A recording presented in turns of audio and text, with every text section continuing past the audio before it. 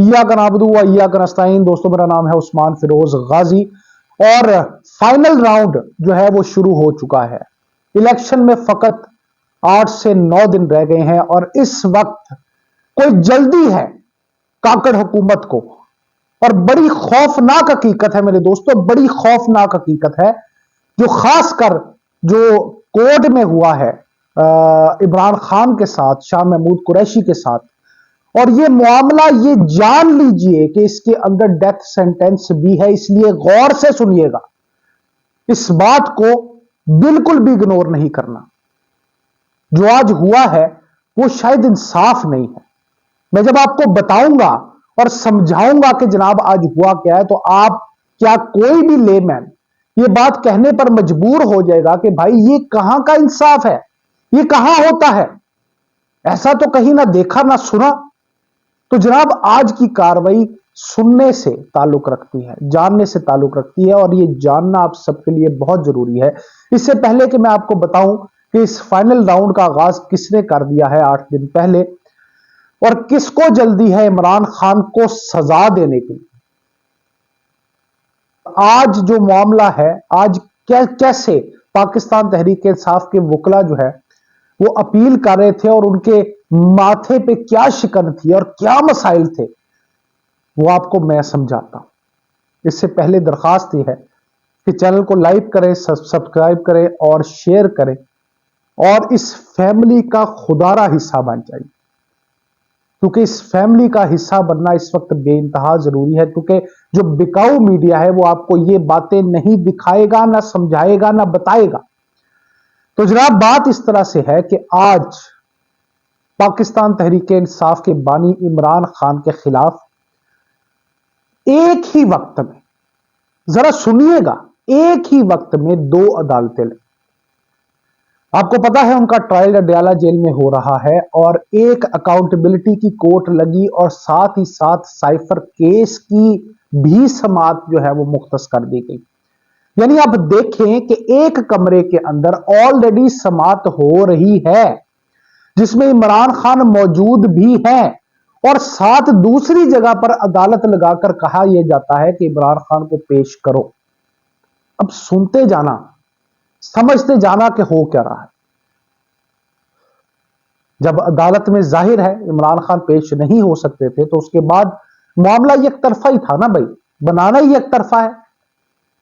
तो अब होता यह है कि दूसरी जानिब जहां इमरान खान मौजूद थे वहां पे दूसरी नाइंसाफी और आइन के खिलाफ बात क्या हुई कि जनाब वहां पे पाकिस्तान तहरीक इंसाफ के वकला ऑलरेडी मौजूद थे, लेकिन उनको दलाइल देने का हक नहीं था क्योंकि जज साहब ने ऑलरेडी जो सरकारी वकील थे, जो सरकार के पेरोल पे थे, जो काकड़ हुकूमत के पेरोल पर थे, उन लोगों को कहा कि इमरान खान की जानिब से आप जरा करें।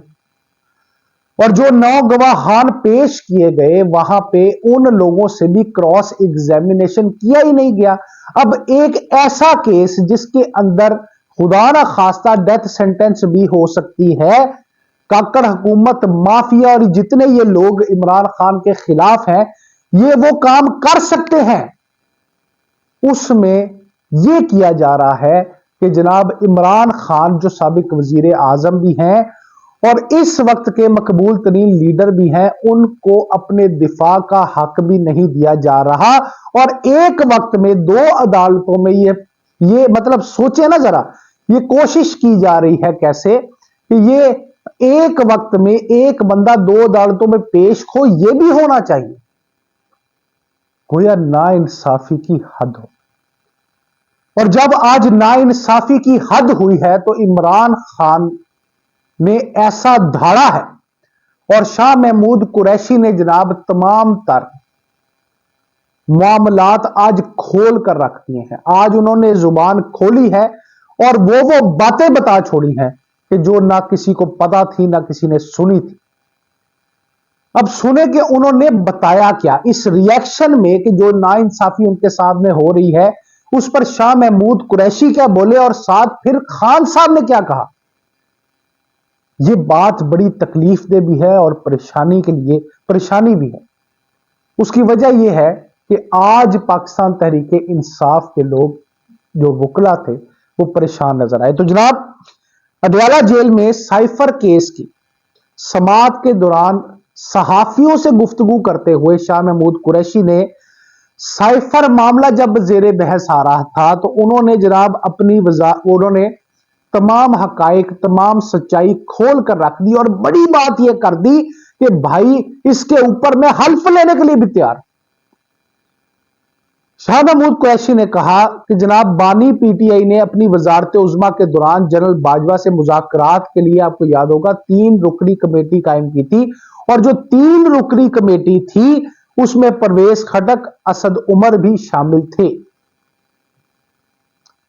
شاہ محمود قریشی کے مطابق کمیٹی نے آرمی ہاؤس کے سن روم میں جنرل باجوہ سے ملاقات کی اور اپنے تحفظات کا اظہار کیا۔ اب جب یہ کمیٹی اٹھ رہی تھی تو جنرل اس وقت کے آرمی چیف یعنی جنرل باجوہ صاحب نے شاہ محمود قریشی کو روک لیا اور روک کر انہوں نے کہا کہ بھائی اپنا قبلہ درست کر لو ورنہ سائفر کیس میں تمہیں 12 سال کے لیے جیل جانا پڑے گا۔ سیدھی تھریٹ، اس معاملے پر خاموشی اختیار کرو ورنہ تمہیں 12 سال کے لیے اندر جانا پڑے گا۔ اور اب آپ دیکھ رہے ہیں کہ کیا ہو رہا ہے۔ سابق وزیر خارجہ کا مزید یہ کہنا تھا کہ اس کے بعد 22 اگست کو بانی پی ٹی آئی ایوان صدر میں جنرل باجوہ سے ملے، جس میں جنرل باجوہ نے بانی پی ٹی آئی کو کہا کہ انسان کے بچے بنو ورنہ سزا ہو جائے۔ اب یہ ساری باتیں جناب جب شاہ محمود قریشی صاحب کر رہے تھے تو اس وقت سیدھا انہوں نے لاجواب کر دیا ہر بندے کو۔ صحافیوں کی موجودگی میں انہوں نے کہا کہ آپ قرآن پاک لے کر آئے، میں اس کے اوپر ہاتھ رکھ کر حلف دیتا ہوں کہ یہ ساری باتیں ہیں۔ اب اس کے اوپر باقی ہر بندہ خاموش تھا۔ ان کا مزید یہ کہنا تھا جناب علی کہ پی ٹی آئی کی ٹکٹ پر وہ جیت کر ہارس ٹریڈنگ کرے گا وہ خودکشی کرنے کے مترادف ہے۔ اب اس کے ساتھ ساتھ عمران خان صاحب نے بھی یہ بات سیدھی کر دی۔ ان کو نظر آ گیا ہے بھائی، اگر ہمیں نظر آ رہا ہے، ایک لے مین کو نظر آ رہا ہے، تو سابق وزیر اعظم کیا بچے ہیں؟ ان کو نظر نہیں آ رہا؟ انہوں نے بھی یہ بات سمجھ کے سیدھی بات کر دی کہ بھائی جب تم مجھے انصاف کا رائٹ ہی نہیں دے رہے تو میں بھی پیش نہیں ہوتا نا۔ پھر جب تم یہ کر رہے ہو کہ تم اپنے سرکاری وکیلوں کے ساتھ جو ہے خود ہی انصاف کھیل رہے ہو تو پھر بھائی میرے ہونے کا کیا تعلق؟ اور تم نے سزا تو مجھے دینی ہی ہے، تو سوچ رکھا ہے نا بھائی تم لوگوں نے، اور تمہارے اوپر کوئی مافیا کا اور کاکڑ حکومت کا پریشر بھی ہے کہ اس معاملے کو جلدی سے جلدی نبیڑو، ختم کرو۔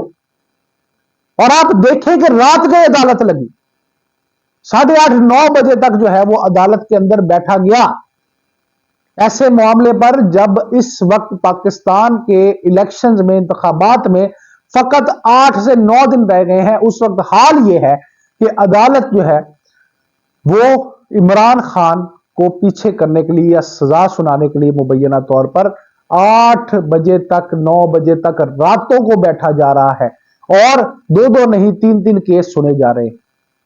تو عمران خان نے آگے سے کہا کہ بھائی آپ نے تو ہمیں سزا سنانے کا فیصلہ دماغ بنا ہی لیا ہے تو بھائی دے دو سزا، پھر یہ ساری ڈرامے بازی کرنے کی کیا ضرورت ہے؟ اور سیدھی بات انہوں نے کہہ دی کہ بھائی یہ میچ فکسڈ ہے اور اس فکسڈ میچ کا جو نتیجہ ہے وہ نظر آتا دکھائی دے رہا ہے۔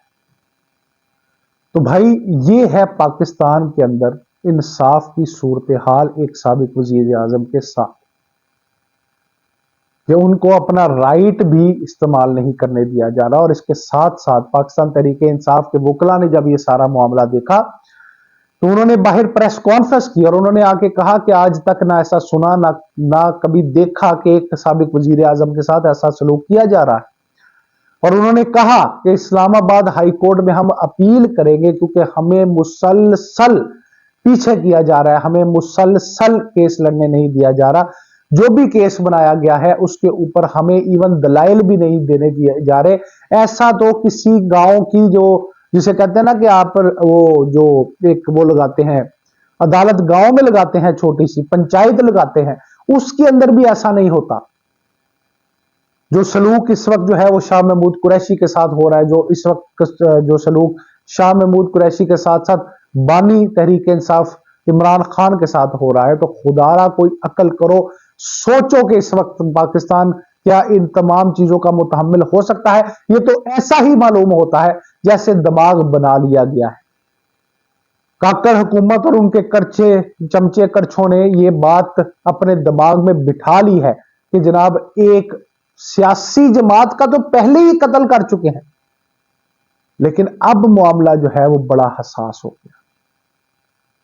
अब इस हवाले से सोचना समझना बड़ा जरूरी हो गया है, क्योंकि इस वक्त जो है अब फाइनल राउंड में किसी हद तक भी जाकर ये काम हो सकता है, क्योंकि उन्होंने देख लिया है इतवार वाले दिन कि जनाब इमरान खान की एक कॉल के ऊपर पाकिस्तान में किस तरह लोग निकले, किस तरह हर गली हर कूचे से जो है वो इमरान खान की आवाज निकल रही है, सामने बाहर आ रही है।